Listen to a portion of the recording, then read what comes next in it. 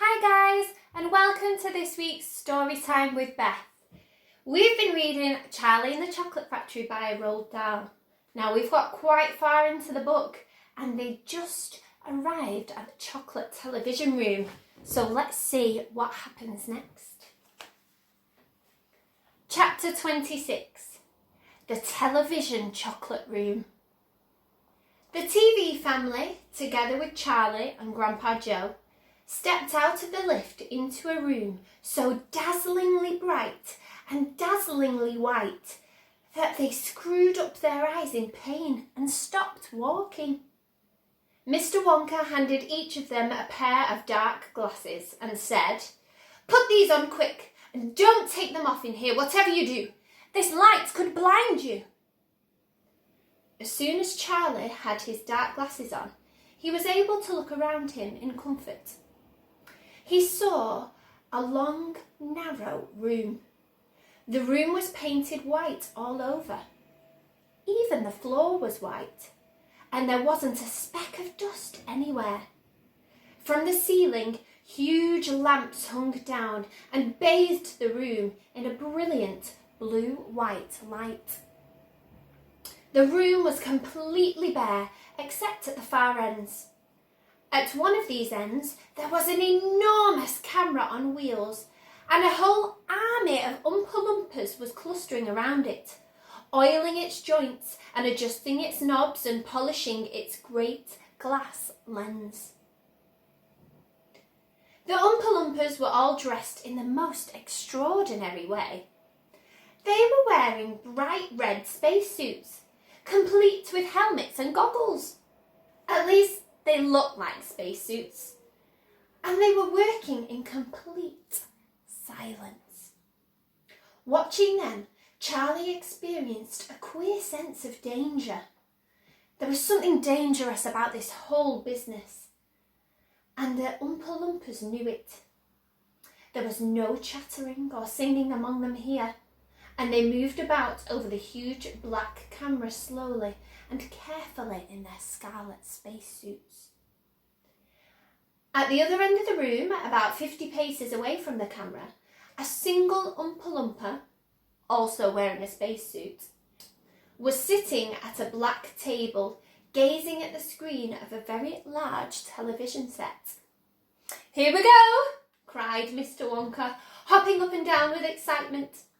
"This is the testing room for my very latest and greatest invention.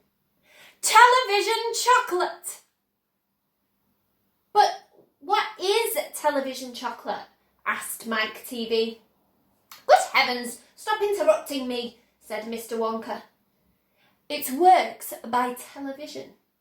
I don't like television myself. I suppose it's all right in small doses, but children never seem to be able to take it in small doses.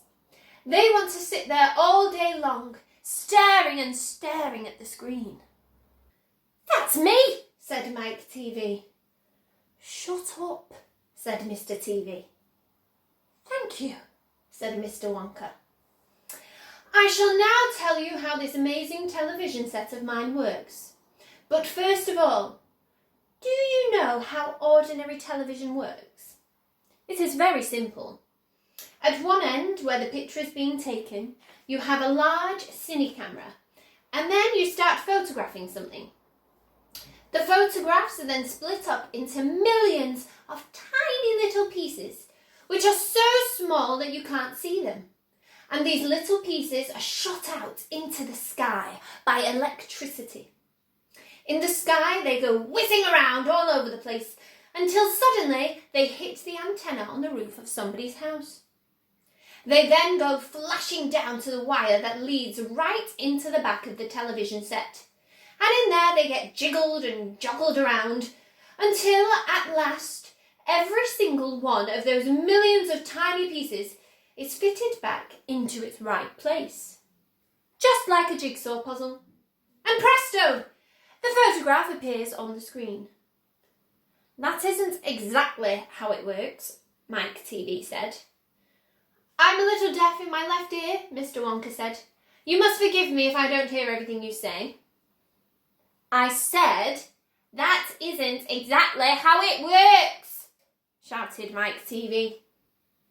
You're a nice boy, Mr. Wonka said, but you talk too much.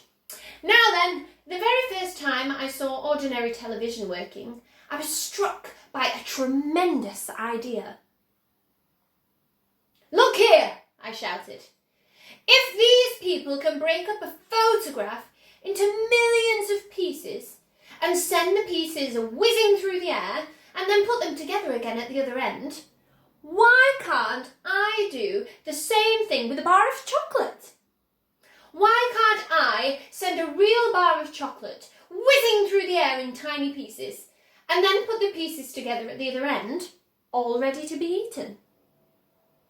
Impossible, said Mike TV. You think so? Cried Mr. Wonka. Well, watch this. I shall now send a bar of my very best chocolate from one end of this room to the other by television. Get ready there. Bring in the chocolate. Immediately, 6 Oompa Loompas marched forward, carrying on their shoulders the most enormous bar of chocolate Charlie had ever seen. It was about the size of the mattress he slept on at home.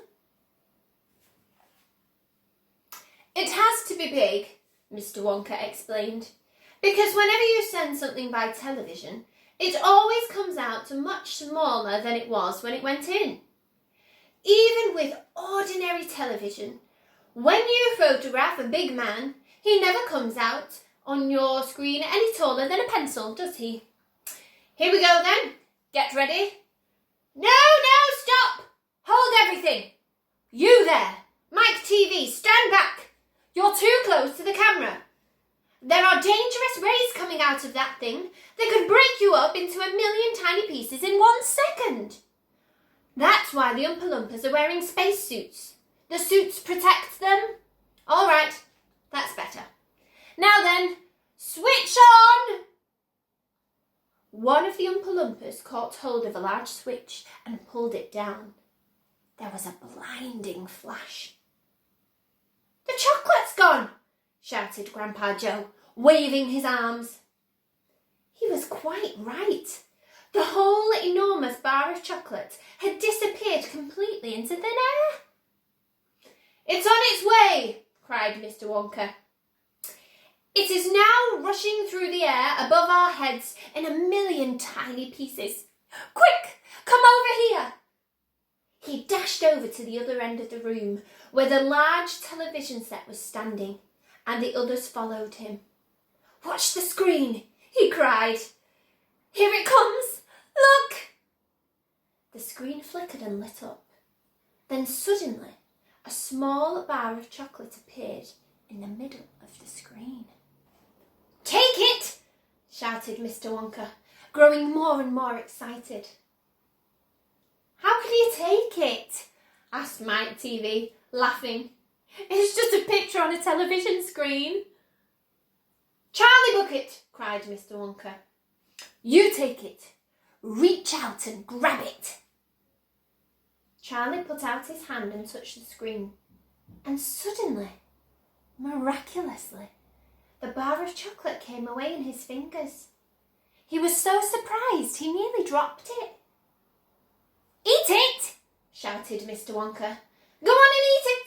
It'll be delicious! It's the same bar! It's got smaller on the journey, that's all.